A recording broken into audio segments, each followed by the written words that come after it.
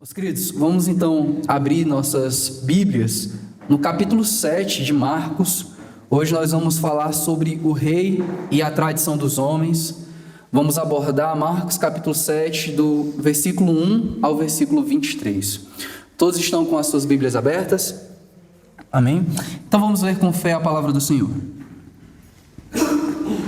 Os fariseus e alguns escribas, vindos de Jerusalém, foram encontrar-se com Jesus e repararam que alguns dos discípulos de Jesus comiam pão com as mãos impuras, isto é, sem lavá-las.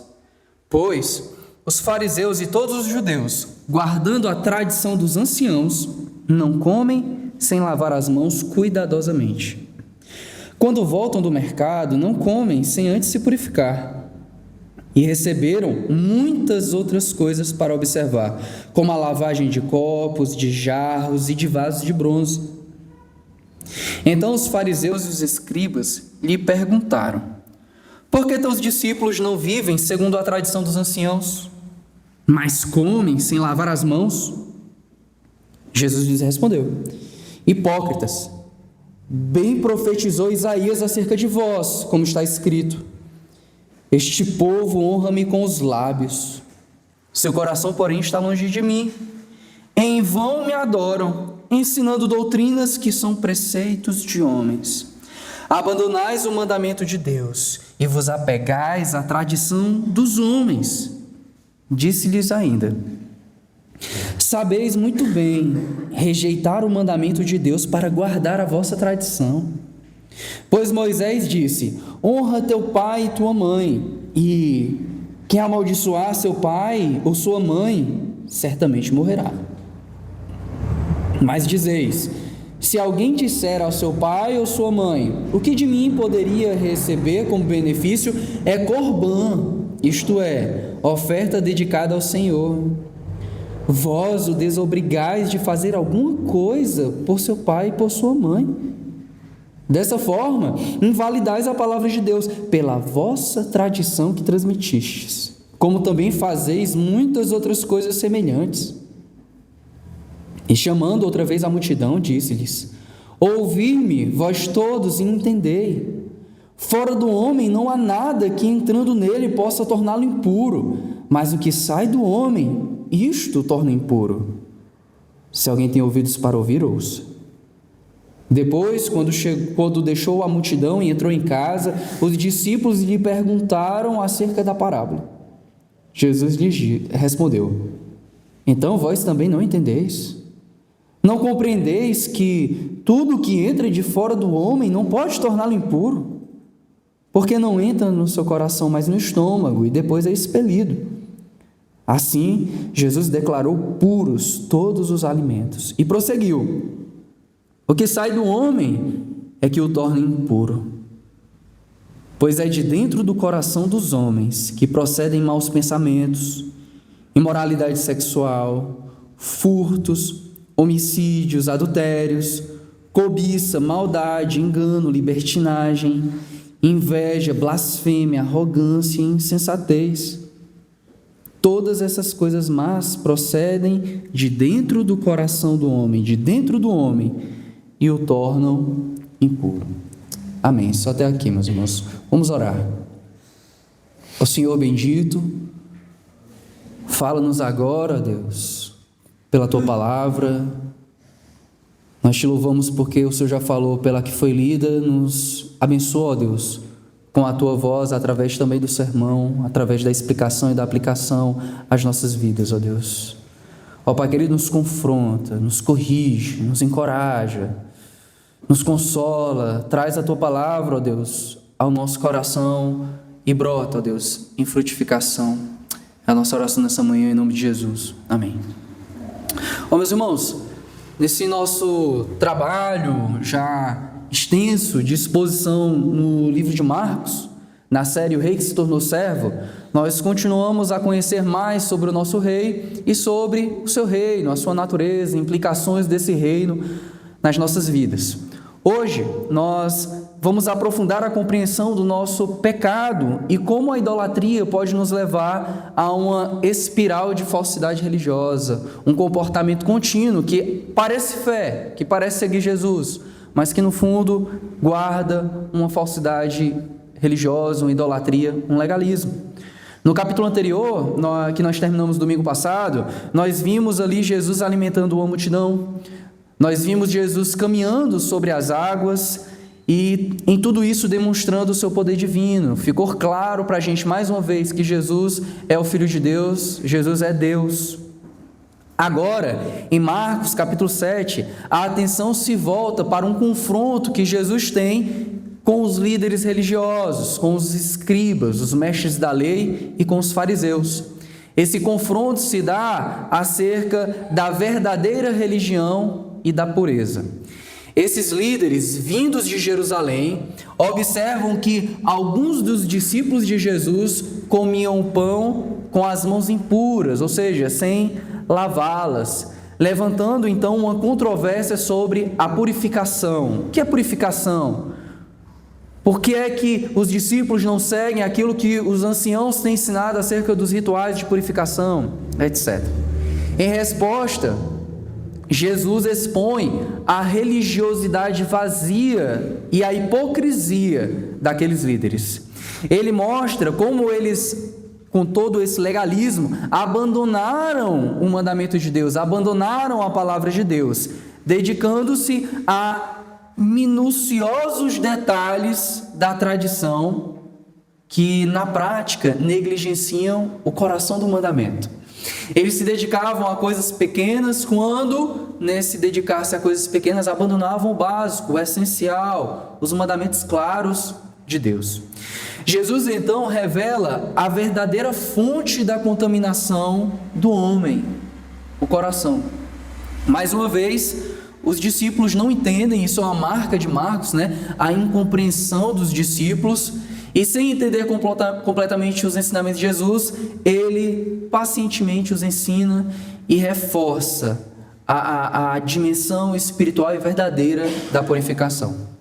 O propósito de Marcos, ao registrar esse evento, é duplo. Primeiro, ele demonstra a divergência radical entre Jesus e os fariseus acerca da tradição oral. Então, os judeus mantinham a tradição oral, como a gente vai conhecer melhor daqui a pouco, e Jesus mostra uma radical diferença entre os fariseus, os escribas e a guarda dessa tradição oral, e agora o ensino de Jesus. E em segundo lugar, Marcos estabelece aqui uma diferença radical, crucial, entre cristãos e judeus, acerca de alimentos, acerca de purificação e do sentido essencial da moralidade e do que realmente agrada a Deus. Como a Taine leu aqui no começo do culto, uma clareza óbvia acerca do que significa misericórdia quero e não holocaustos. Eu quero uma religião, eu quero uma relação comigo que é fiel no íntimo e não só na superficialidade. Algumas perguntas então surgem para nós e eu espero que nós possamos respondê-las ao longo da exposição. Essas perguntas giram em torno de o que de fato nos torna puros ou impuros diante de Deus. A tradição humana está acima da palavra de Deus? Será que temos que voltar a ser católicos, a sermos legalistas, a sermos judeus, quem sabe? Qual é a verdadeira fonte da contaminação moral e espiritual? E qual a diferença entre a verdadeira espiritualidade e a religiosidade superficial? Vamos então para a exposição, meus irmãos. A primeira parte do texto que eu quero abordar é a contaminação pelas tradições humanas, está aí do capítulo 7, do versículo 1 até o versículo 8. Veja que Marcos inicia o trecho apresentando a chegada dos fariseus e dos escribas de Jerusalém. Isso é um sinal da crescente oposição e do escrutínio, ou seja, da análise minuciosa que esses líderes religiosos querem fazer acerca das ações de Jesus e dos seus discípulos. Olha como é que começa o versículo 1. Os fariseus e alguns escribas, vindos de Jerusalém, a capital religiosa, foram encontrar-se com Jesus. Qual é a natureza desse encontro? Eles foram lá se encontrar para cumprimentar Jesus, para segui-lo, para ouvi-lo e dedicar-se aos ensinos de Jesus? Não. Eles saem de Jerusalém, escribas e fariseus, para se encontrar com Jesus com a intenção de se opor a ele, porque Jesus e seu ministério têm crescido, de se opor a ele usando, como a gente vai ver aqui, o artifício da acusação. Eles querem encontrar algum dolo em Jesus e nos seus discípulos. Embora esses fariseus e escribas já tenham se encontrado com Jesus algumas vezes, no Evangelho de Marcos mesmo, já faz um tempo que Marcos não os menciona. A última vez foi lá no capítulo 3, nos versículos 6 e 22. Só que agora a intensidade desse confronto é amplificada, ela se torna notável. Na intenção de criticar e se opor a Jesus e aos seus discípulos, eles percebem que, versículo 2, que alguns dos discípulos de Jesus comiam pão com as mãos impuras, isto é, sem lavadas. Veja que Marcos faz questão de explicar os costumes judaicos. Olha o versículo 3 e 4. Pois, aí ele vai explicar, né? Os fariseus e todos os judeus, guardando a tradição dos anciãos, não comem sem lavar as mãos cuidadosamente. Versículo 4. Quando voltam do mercado, ele traz a ilustração prática, né, também. Não comem sem antes se purificar. E ele acrescenta mais algumas características dessa tradição. E receberam muitas outras coisas para observar, como a lavagem de copos, de jarros e de vasos de bronze. Marcos faz questão de explicar o porquê dessa tradição, porque você deve lembrar que os destinatários iniciais dessa carta eram os romanos. Era uma igreja em Roma, composta provavelmente de muitos gentios. Então Marcos, quando escreve para eles, ele, diferentemente de outros evangelhos, explica a razão desse costume, o que é que está por trás do questionamento dos fariseus. E Marcos vai colocar aqui que isso são costumes judaicos. Essa contextualização de Marcos, ela já antecipa o desfecho teológico, né? Eu posso até antecipar também para os irmãos aqui, quando ele vai dizer, aí no versículo 19, né? Você deve ter percebido isso no finalzinho do versículo 19. Assim, Jesus declarou puros todos os alimentos. Ou seja, ele já está fazendo mais uma conexão com a igreja lá de Roma. Olha, quem declarou que todos os alimentos são puros não foram só os apóstolos, mediante revelação de Deus. O próprio Jesus, nessa situação aqui, já está declarando: todos os alimentos são puros. Mas o que é impureza? O que é isso? Esse é um dos temas chaves da nossa passagem, né? O tema da impureza. Olha o versículo 3. Ele explicitamente liga a interpretação de impureza que os fariseus e escribas têm e desses rituais de purificação à tradição dos anciãos. Não é isso que diz aí o versículo 3? Pois os fariseus e todos os judeus, guardando a tradição dos anciãos.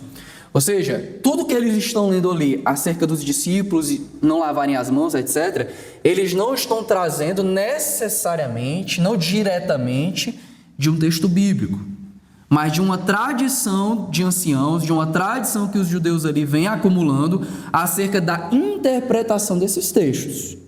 Ou seja, não é uma distância total do texto, mas uma tentativa de interpretar. Só que nessa tentativa de interpretação foram se acumulando várias maneiras de como atender os preceitos de Deus na Torá.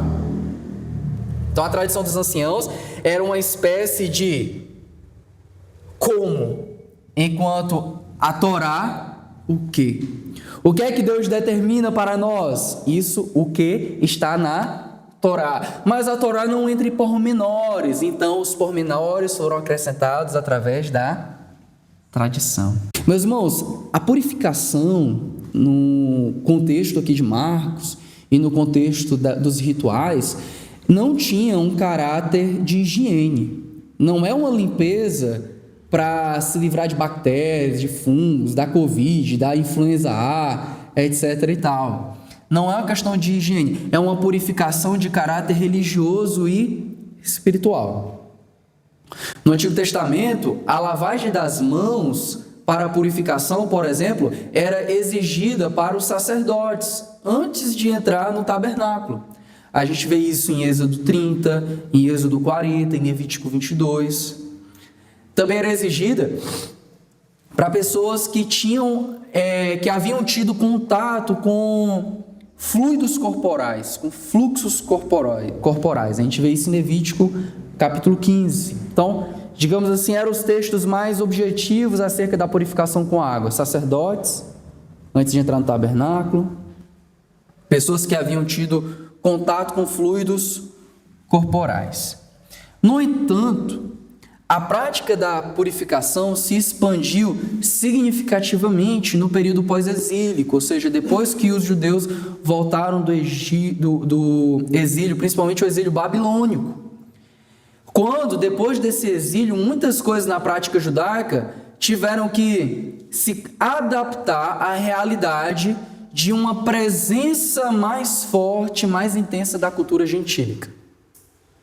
Quando a gente lê, por exemplo, os manuscritos do Mar Morto, a comunidade de Qumran, a gente vê ali essa necessidade de convivência de judeus com o mundo agora pagão, gentílico, não só circundando, mas ali presente junto à cultura judaica. E essa purificação poderia envolver a lavagem de mãos para impurezas de primeiro grau.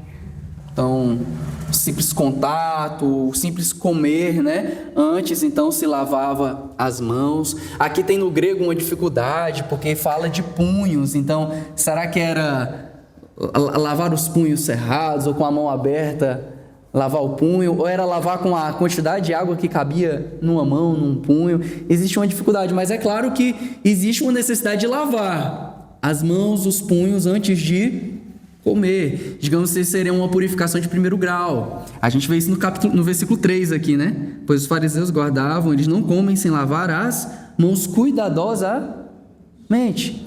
Mas também poderia haver um tipo de purificação de segundo grau. Por exemplo, o banho completo contra impurezas quando um judeu voltava do mercado. Ele vai lá para o mercado, pode ter gentios no mercado, né? Lojas ali, tendas de gentios. Então, quando ele voltava de um mercado gentílico, o que é que ele ia fazer? Ele ia tomar um banho para se purificar de todo aquele contato com a impureza. Até mesmo a purificação de objetos aqui é detalhada, é minuciosamente trabalhada, né? Marcos termina o versículo 4 dizendo que eles receberam muitas outras coisas para observar, como a lavagem de copos, de jarro e de vasos de bronze, né? Camas, na sua tradução tem camas, né? Isso remete também à lei, a lei fala ali de camas, mas ele está falando assim que essas minuciosidades, né? Esses detalhes acerca de como atender ao que a Torá exige, é a tradição dos anciãos. A Mishnah, por exemplo, que é um compilado de tradições orais judaicas, que foi finalizado ali por volta do final do século II, início do século III. Por exemplo, você pegar a Mishnah, 25% da Mishnah é sobre purificação, algo relacionado à purificação, ou seja, algo bem presente na tradição oral, no ensino dos rabinos, por exemplo. Então a gente tem aqui essa comitiva de Jerusalém chegando. Provavelmente essa comitiva já ouviu falar de todos os contatos que Jesus e seus discípulos já tiveram com impurezas, porque até então nós já vimos que eles já tiveram contatos com leprosos, eles já tiveram contatos com publicanos, eles já tiveram contatos com gentios, eles já tiveram contatos com mulheres com fluxo de sangue, já tiveram contatos com cadáveres. Então, provavelmente isso já está ali, a gente já ouviu tudo isso, a gente está sabendo de tudo isso. Precisamos encontrar alguma coisa para tentar pegar Jesus em dolo. E aqui, então, quando eles veem os discípulos começam a lavar as mãos, chegam e fazem uma pergunta acusatória, no versículo 5. Então, os fariseus e escribas lhe perguntaram: por que teus discípulos não vivem segundo a tradição dos anciãos? É interessante que, em todo momento, veja, eles não estão se amparando diretamente na Torá, mas na interpretação da tradição. Eles evocam que teus discípulos não atendem à tradição dos homens. Eles comem sem lavar as Irmãos, a tradição dos anciãos. Como é que Jesus responde? Jesus responde com um sarcasmo penetrante, chamando-os de hipócritas. Olha aí como é que diz o versículo 6. Jesus lhes respondeu: hipócritas, bem profetizou Isaías acerca de vós. Como está escrito aqui, é Isaías capítulo 29, versículo 13. Este povo honra-me com os lábios, seu coração, porém, está longe de mim. Em vão me adoram, ensinando doutrinas que são preceitos de homens. Jesus, então, chama-os de hipócritas, né? Ele está sendo aqui sarcástico quando ele cita Isaías 29, versículo 13, porque é como se Jesus estivesse dizendo: olha, vocês sempre encontram uma maneira de anular os mandamentos de Deus para obedecer às suas tradições. O problema não é um mandamento, o problema é que muitas vezes a interpretação do mandamento só vem quando convém, só vem para se tirar algum proveito acerca dessa tradição. Então, onde vem o termo hipócrita? Jesus pega o termo hipócrita emprestado do teatro. No teatro, o termo hipócrita se refere a um ator que desempenha um papel no palco. Naquela época ele usava máscaras, de acordo com o papel interpretado. Ou seja, era a clareza de que a hipocrisia era a interpretação de um papel, não se demandava sinceridade, não se demandava fidelidade entre o hipócrita, a hipocrisia no palco e a vida real do ator. Então a hipocrisia era uma performance fingida para alcançar a aprovação do público. Então, hipocrisia, Jesus pega esse termo disso, né? A performance no palco, né? Quando uma pessoa lá na novela mata alguém, ela não precisa ser presa, né? Ela não matou alguém de verdade. Então, a hipocrisia era essa performance. E por que ela faz aquilo tão bem fingido que parece real? Você assiste o John Wick, né? Ixi, meu irmão, o cara é o ninja. Alguém já assistiu aqui John Wick, né? Não? Já? Então, se convence, né? No 4 não, né? Você não se convence muito não. Mas esse negócio, uma performance, tal, pra quê? Pra que você... Os nossos pais não. Nossos pais assistem e dizem assim, mentira, né? Mentira. Mas a gente fica envolvido e tal, porque ele quer aprovação, ele quer que a gente diga, que cena bem feita. Olha como Tom Cruise se garante em Missão Impossível e tal, sabe? É isso, é uma performance que não está querendo dizer isso é real, é uma ficção, mas está querendo que você acompanhe aquela performance e seja aprovado. Jesus então pega tudo isso e traz para o contexto religioso daqueles fariseus.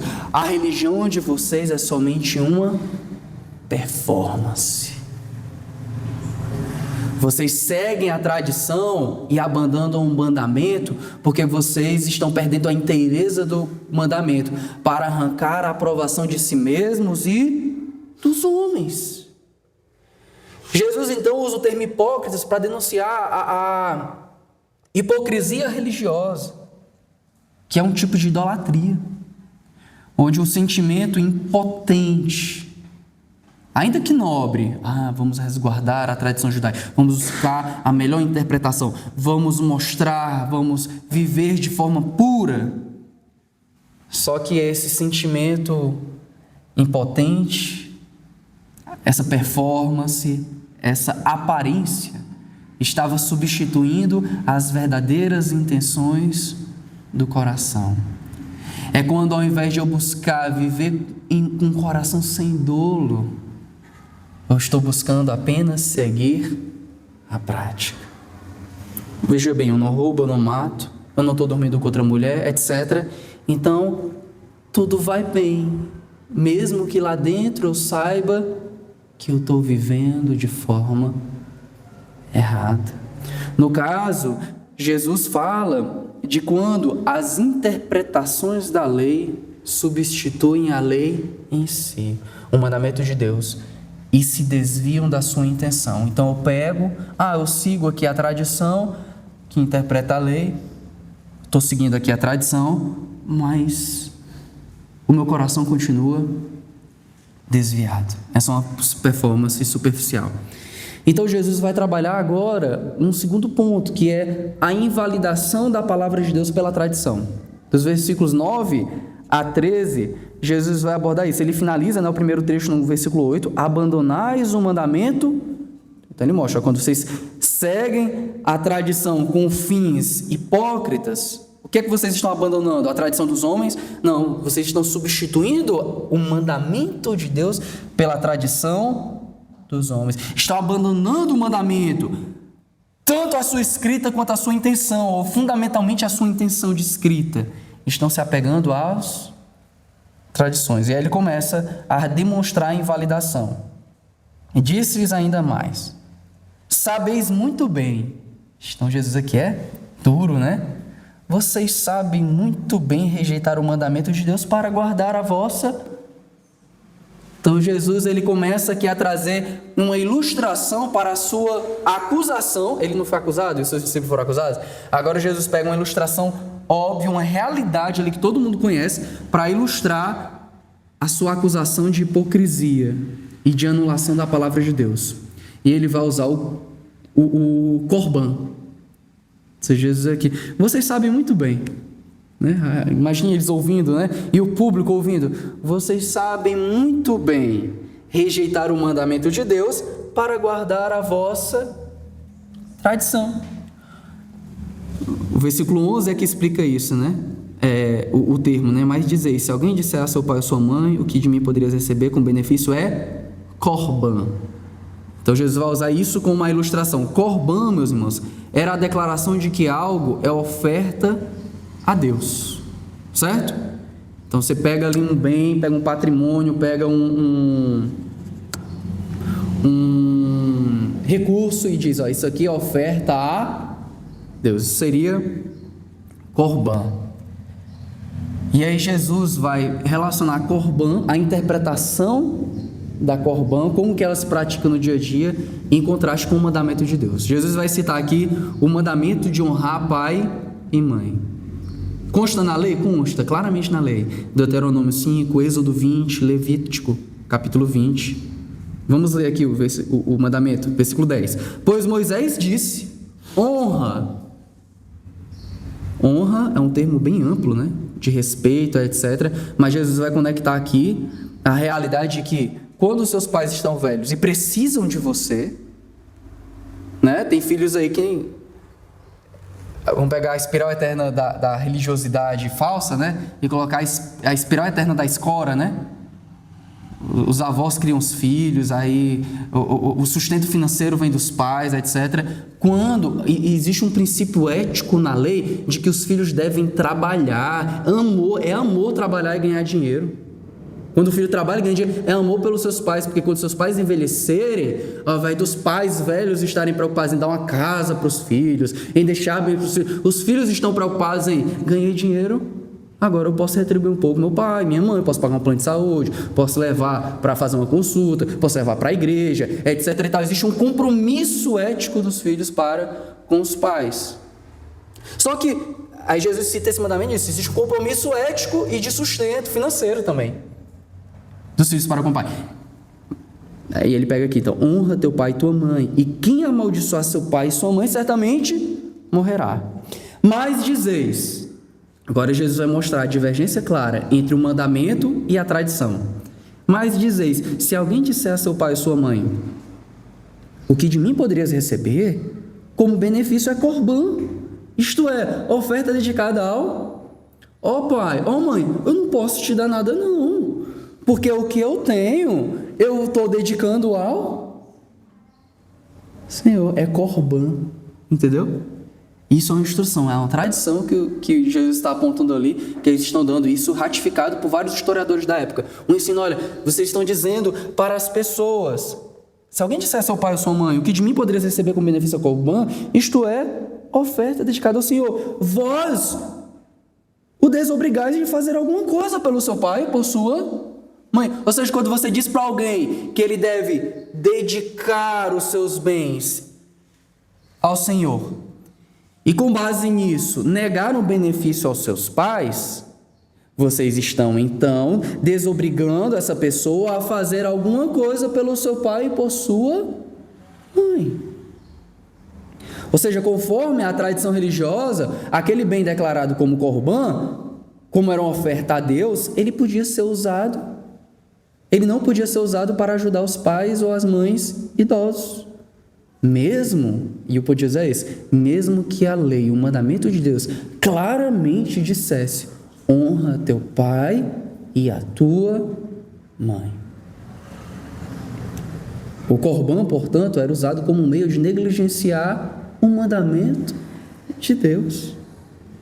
Jesus então expõe a falha moral, a falha espiritual dos fariseus.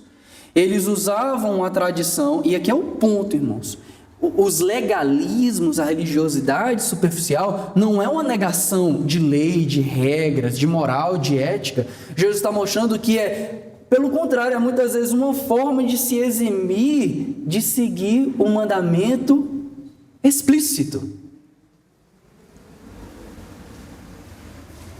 Não é o que muitas vezes as pessoas fazem, né? Não, eu posso ter amigas, né? O que eu ouvi nessa semana, né, no Instagram, né? Que dificuldade vai ser possível cortar isso aí, né? Mas pode deixar. O BK fez uma propaganda, uma promoção, né, do Dia do Corno. Não sei se vocês viram o Burger King. Parece que tem um Dia do Corno agora em junho, né?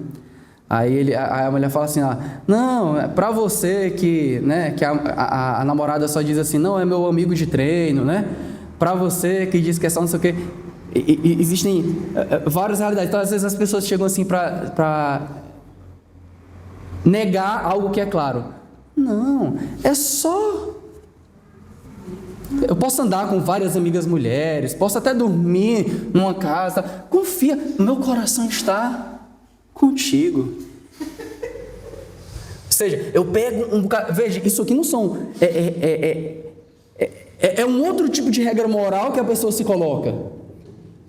Só que regras permissivas. Eu posso fazer isso, porque...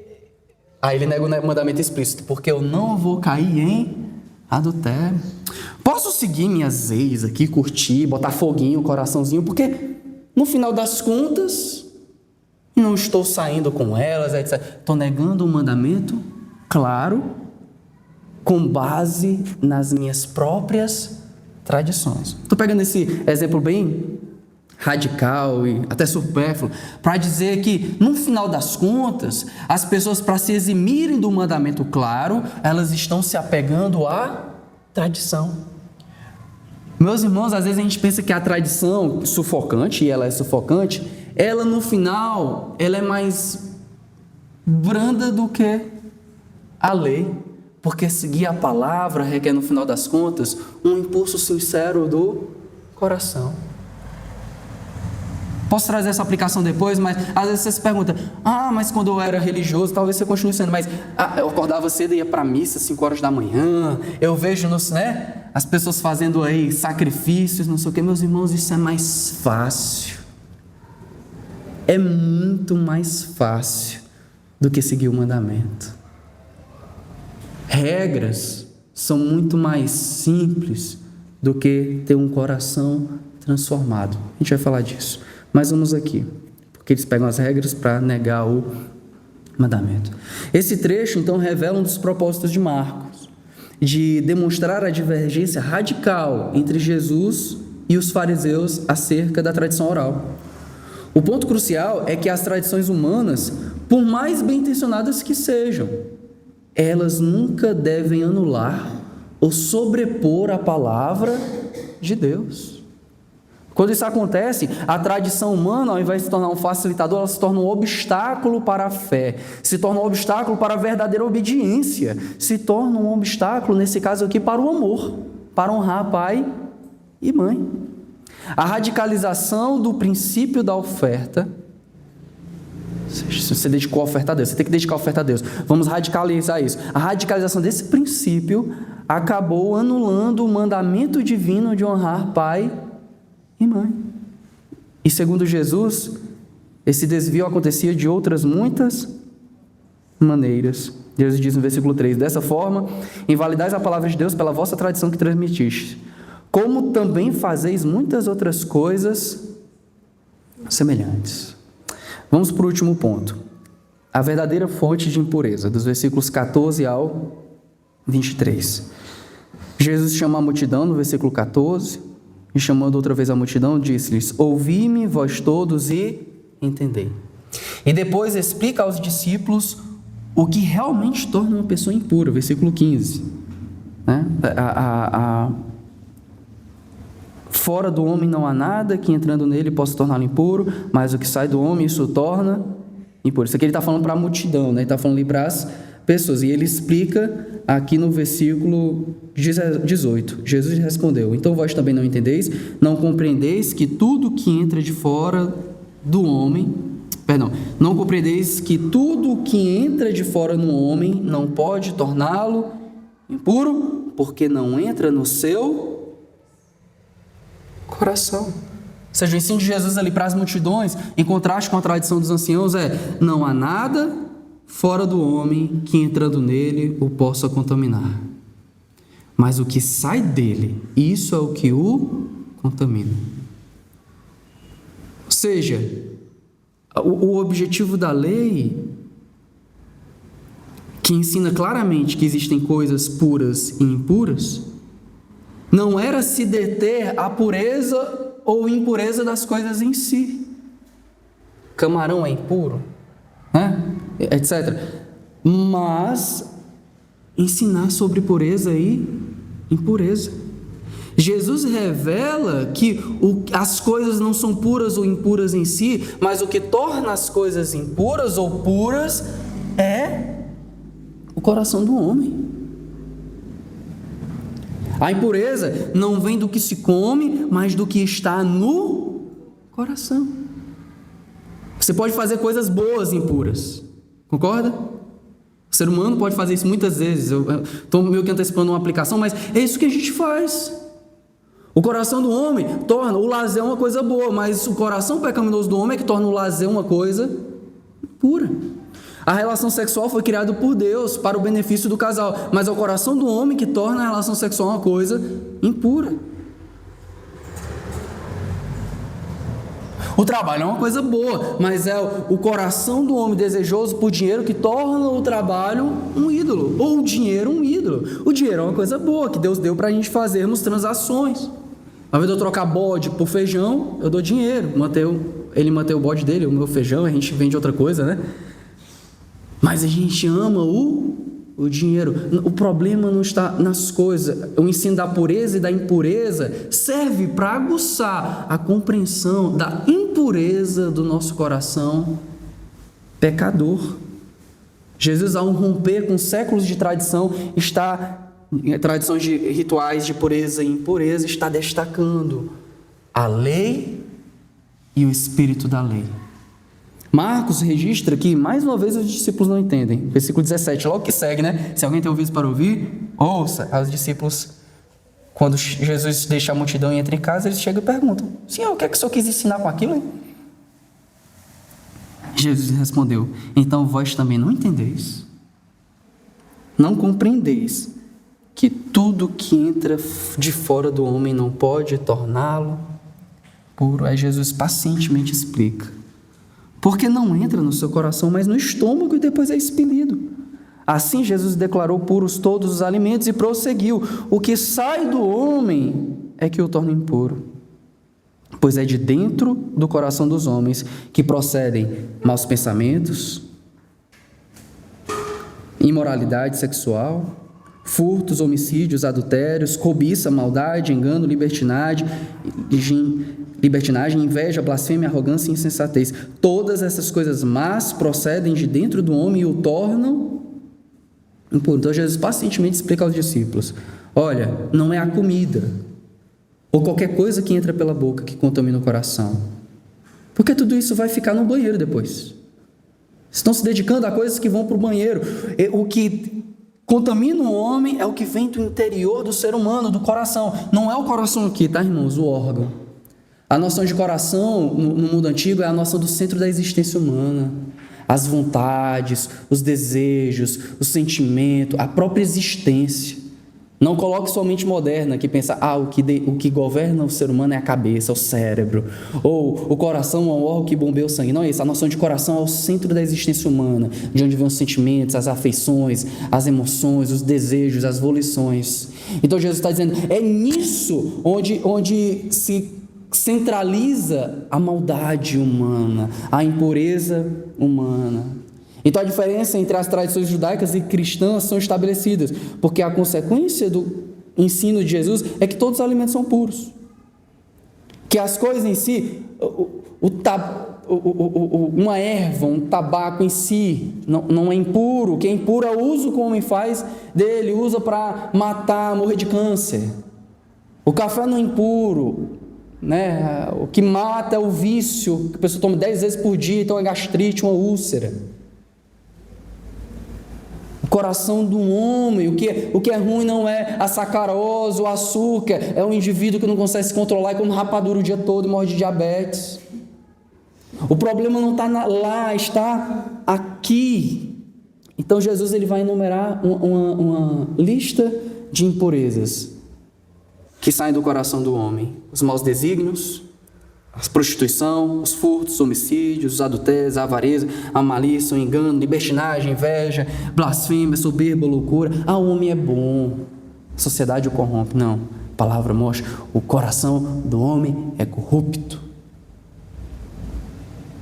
O coração do homem é corrupto. E estes são os verdadeiros contaminadores, porque estão lá dentro do coração. São as questões morais e éticas do íntimo. Não são os rituais, e nem a ausência deles que nos tornam impuros. Então o foco de Jesus claramente é o coração humano, amém? Vamos para algumas aplicações.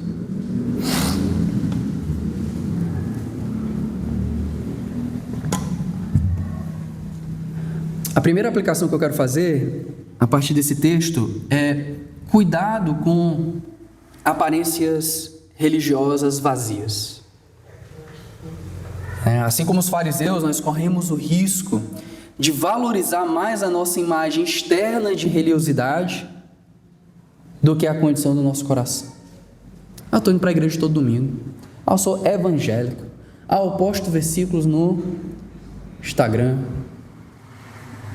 Eu sou diácono, presbítero, sou pastor, sou do louvor, sou da mesa diretora, sou não sei o quê. Cuidado, é bom ser todas essas coisas. O cuidado que nós devemos ter é trocar, valorizar mais a nossa imagem, a nossa performance do que a condição do nosso coração. Ontem no treinamento da MEA, o facilitador lá trouxe um exemplo de um menino, né? Muita gente já ouviu falar essa história, eu acho que os irmãos também, de um menino que chegou ao pastor e disse assim: pai, a gente pode morar, eu e minha família, nós podemos morar na igreja? Aí chegou o pastor, né? Pastor, eu e minha família podemos morar na igreja? E o pastor, como assim, menino? Aí ele, é porque aqui na igreja meu pai é tão bom. Aqui na igreja meu pai não fala palavrão, ele não bate na minha mãe, ele cuida bem de mim. Entendeu? Esse cara, o exemplo traz, ao invés de olhar para o coração e consertar as coisas verdadeiramente diante de Deus, ele está satisfeito. E na igreja todo mundo pensar, olha como fulano é bom. Né? Quando Paulo diz lá a Timóteo, eu quero que os homens levantem mãos santas, viu, homens? O louvor dos homens, não é assim não. Paulo diz, né, biblicamente uma ordem, eu quero que os homens levantem mãos santas. Só que o que é uma mão santa? É que a mão que levanta em louvor para adorar a Deus, não é a mão que em casa bate na mulher. Entendeu? Não é a mão que em casa é muquirana. Levantar mãos santas. Se você estiver satisfeito em ir na igreja só levantar a mão e cantar, é o cuidado da aplicação. Essa é a hipocrisia da performance religiosa. A máscara do ator que está no palco, buscando somente a aprovação dos homens. Buscando o reconhecimento dos homens em vez do reconhecimento de Deus. Às vezes, irmãos, essa máscara ela é sustentada pela ausência. Sabe aquelas pessoas que estão sempre presentes, mas ausentes? Aí você pensa, não sou religioso não, porque eu só vou para a igreja no domingo e eu saio correndo quando acaba, mas nunca estou Pequeno grupo, orações, relacionamento com os irmãos eu não tenho. Muitas vezes é a religiosidade vazia, escondendo-se atrás da falta de disposição.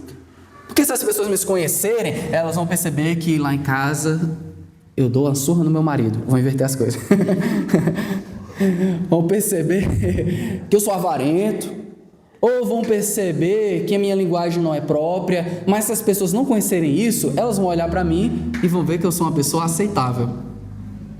Às vezes, a máscara da falsa religiosidade é escondida no mero zelo religioso, onde você se apega ao seu desempenho, ao quanto que você se dedica, ao quanto que você se entrega. Porque tem gente que se entrega com sinceridade, irmãos. E na nossa passagem, nós temos escribas e fariseus que se dedicam com zelo e com sinceridade. A acusação de Jesus não era sobre o desempenho ou sobre a sinceridade dos fariseus e escribas, mas era sobre a intenção desviada do coração. Fariseus e escribas, eles eram extremamente zelosos em seguir a tradição oral. Só que isso alimentava um senso de conformidade, de justiça e de satisfação em si mesmos. Nós seguimos a lei, olha eles não seguem. Nós seguimos as tradições, os teus discípulos não seguem. Enquanto Jesus ele buscava a conformação com a intenção da lei e contexto da lei em alcançar a vontade de Deus. Para nós, então, é crucial entender que a verdadeira fé, ela não está nos rituais. Você pode vir a vida todinha para o culto e mesmo assim para o inferno. Por isso que uma vez eu guardei quando um professor de pregação me ensinou que o nosso papel enquanto pregador não é permitir que as pessoas cheguem no inferno tranquilas. Se é aquela pessoa que só ocupa o banco na igreja, elas têm que ir para o inferno pelo menos perturbadas, domingo após domingo. Não podemos amansar e amaciar o coração do pecador enquanto ele está na igreja. O evangelho tem que confrontar mesmo, mas não confrontar com regras, com pequenez moral, mas com Jesus, com sua palavra, com a ética do reino. Então nós não podemos entender a fé como seguir rituais, mas a fé é como uma vida que reflete um coração transformado. A gente vai falar mais daqui a pouco. Um coração que deseja ir para além da aparência. Um coração que na confiança e na liberdade de que Cristo foi quem cumpriu toda a lei por mim, em arrependimento, eu poder seguir de fato a vontade de Deus. Amém? Em segundo lugar, a palavra de Deus está acima de tudo.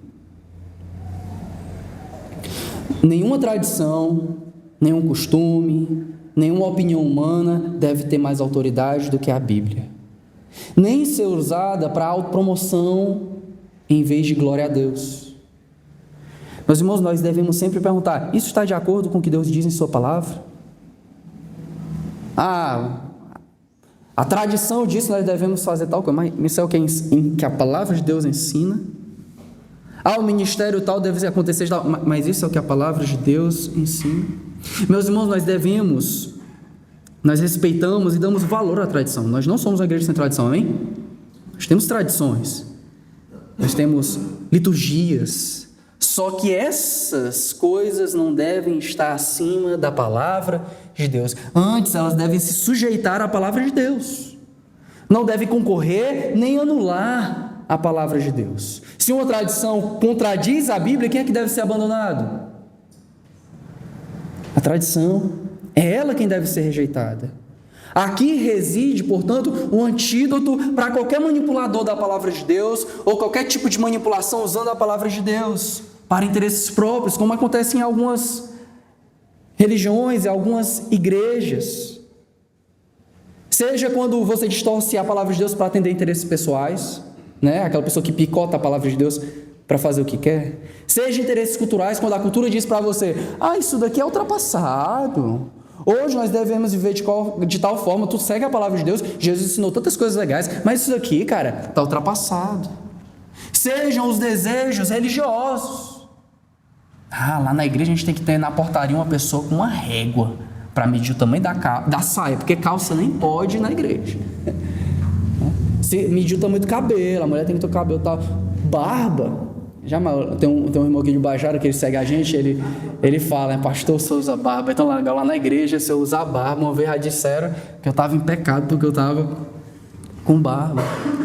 Sejam as exigências denominacionais. Quando elas viram seitas e começam a dizer que quem está fora da denominação não é crente. Meus irmãos, nós devemos sempre sair dessa manipulação, muitas vezes usando a palavra de Deus, porque toda seita, ou a maioria das seitas, elas são baseadas na palavra de Deus, mas não em toda a Escritura, mas somente na absolutização de uma parte das Escrituras, perguntando, isso realmente é ensinado pela palavra de Deus? Eu recorro às palavras de Lutero, na Dieta de Worms. A minha consciência está cativa à palavra de Deus. Uma terceira aplicação, meus irmãos, é que a verdadeira pureza começa no coração e demanda transformação. Jesus nos ensina que a contaminação não vem de fora para dentro, mas de dentro para fora. Nossos pensamentos, desejos e intenções são o que realmente nos tornam impuros diante de Deus. Isso nos chama, meus irmãos, a um autoexame profundo no nosso coração. Isso nos chama não somente a um exame da realidade em que nós estamos, porque isso é necessário, com quem eu ando, com quem eu vivo, com quem eu me relaciono, o que eu vejo, o que eu ouço, mas isso não vai exercer o seu papel verdadeiro na nossa vida se antes nós não olharmos e autoexaminarmos o nosso coração. Por que eu desejo isso? Por que eu amo aquilo? Porque os meus olhos percorrem aquilo outro. Jesus nos convida a ir além das questões superficiais. O que é o cristianismo do novo convertido? O que eu posso, o que eu não posso, né? Crente não pode beber, crente não pode. Essas perguntas podem até ter algum valor, digamos assim, mas elas não fazem sentido diante do Evangelho. Porque o Evangelho não é pode, não pode. O Evangelho é um autoexame profundo no nosso coração, em arrependimento, alcançando transformação genuína e liberdade que vem da cruz. Veja a devastadora lista de vícios que Jesus aponta aqui. Maus pensamentos. O meu pensamento vem da mente, não, vem do centro de quem você é, da existência, do coração. A imoralidade sexual vem da mulher só, vem do homem tal, vem de não sei o quê. A tentação existe. A tentação muitas vezes está lá fora. Mas Jesus está dizendo, mas o cair em tentação de dentro do coração. Os furtos, sem querer nada. Os homicídios, o cara que mata outra pessoa não tem nada lá no coração não, foi só circunstancial. Desvalorização da imagem de Deus no outro, né? Se colocar como Deus, julgando quem vive e quem não vive, existe uma série de coisas aqui. O adultério, defraudar o outro, eu querer ter domínio sobre a vida do outro, sobre o corpo do outro, etc. Eu não me entregar à minha mulher, sabendo que ela é minha, que o corpo dela é meu. Cobiça, desejar o que não é meu, está ligado ao furto. Maldade, ser mal, perverso, maltratar, não ligar para maltratar os outros. Engano, colocar os outros em armadilha, isso tem a ver com o meu coração. Não é só coisas que eu aprendi, mas é o meu coração. Libertinagem, abandonar as regras, viver sem lei. Isso é abrir mão do legalismo, não, é um tipo de legalismo. Seguindo o coração, blasfêmia, arrogância, insensatez. Jesus está dizendo, o que sai do homem é que o torna impuro. Todas essas coisas más procedem de dentro do homem. Então, nós não somos cristãos por dar um jeitinho. Vou dar um jeitinho na minha vida. Não, um cristão, Jesus mesmo diz, importa que nasça de novo. Ezequiel diz que é trocar o coração de pedra por um coração de carne que ama a Deus. Nós não podemos nos livrar desses males por conta própria. Nós precisamos da obra transformadora do Espírito Santo em nossos corações. Através de uma obra que só é possível através de Jesus Cristo. pois na sua morte e ressurreição, Ele pode produzir em nós a transformação interna que a lei exige, mas que ela não é capaz de nos dar. Nós, como Paulo diz, né? Quer comais, quer bebais, quer façais qualquer outra coisa, façais tudo para a glória de Deus. Aquele suquinho de laranja que você usa para diabetes, você pode beber para a glória de Deus, só que usando de forma correta. Aquele lazer, Jesus não quer que você não vá para a academia, para o crossfit ou tenha um racha. A ideia é você saber isso, saber fazer isso para a glória de Deus. É você honrar a Deus com tudo que você tem. Quarta e última aplicação: priorize o essencial em detrimento do secundário. Os fariseus, eles se perderam em minúcias, em rituais, negligenciando os princípios essenciais do amor a Deus e ao próximo. Amarás a Deus sobre todas as coisas e ao próximo como a ti mesmo. Aí eu uso a lei para deixar de amar a Deus e uso a lei para atacar e deixar de amar o próximo. Assim, meus irmãos, nós devemos atentar para o que é fundamental na fé cristã. O que Paulo diz? Paulo sempre fala da fé, da esperança e do amor. O que nós vemos no Evangelho? Sobre fé, justiça, misericórdia. E não nos prendermos a debates ou práticas que não trazem transformação real. Porque senão, meus irmãos, nós vamos inverter as coisas. E invertendo as coisas, nós vamos cair numa adoração falsa. Se nós formos... É igual a assembleia, eu sempre digo assim, ó, bendito seja o dia em que nós nos reunimos em assembleia, e graças a Deus isso tem acontecido, não para decidir qual é a cor da igreja,